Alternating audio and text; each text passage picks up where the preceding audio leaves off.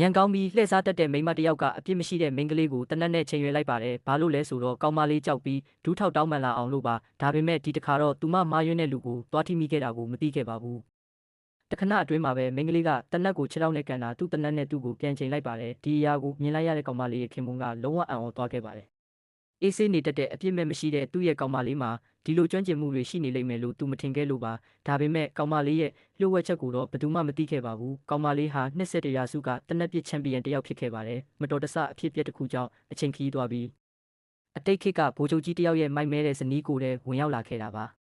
အဲ့ဒီဗိုလ်ချုပ်ကြီးရဲ့ဇနီးကခင်မိုးနဲ့ကွာရှင်းကျင်လို့တေးဆုံးသွားတယ်လို့တရုတ်ဆောင်ခဲ့ပါတယ်တရုတ်ဆောင်မှုမဟုတ်ပဲအမှန်တကယ်တေးဆုံးသွားခဲ့ပါတယ်လူတွေကသူမအလောင်းကိုမီးရှို့ဖို့လုပ်နေစုမှာ21ရာစုကကောင်မလေးရဲ့ဝိညာဉ်ကဒီမိမကိုယ်ထဲဝင်ရောက်သွားပြီးအသက်ရှင်လာခဲ့ပါတယ်ရုတ်တရက်ထလာတာကိုမြင်ပြီးလူတိုင်းကြောက်လန့်ပြီးတရေလို့ထင်ကားထွက်ပြေးကုန်ကြပါတယ်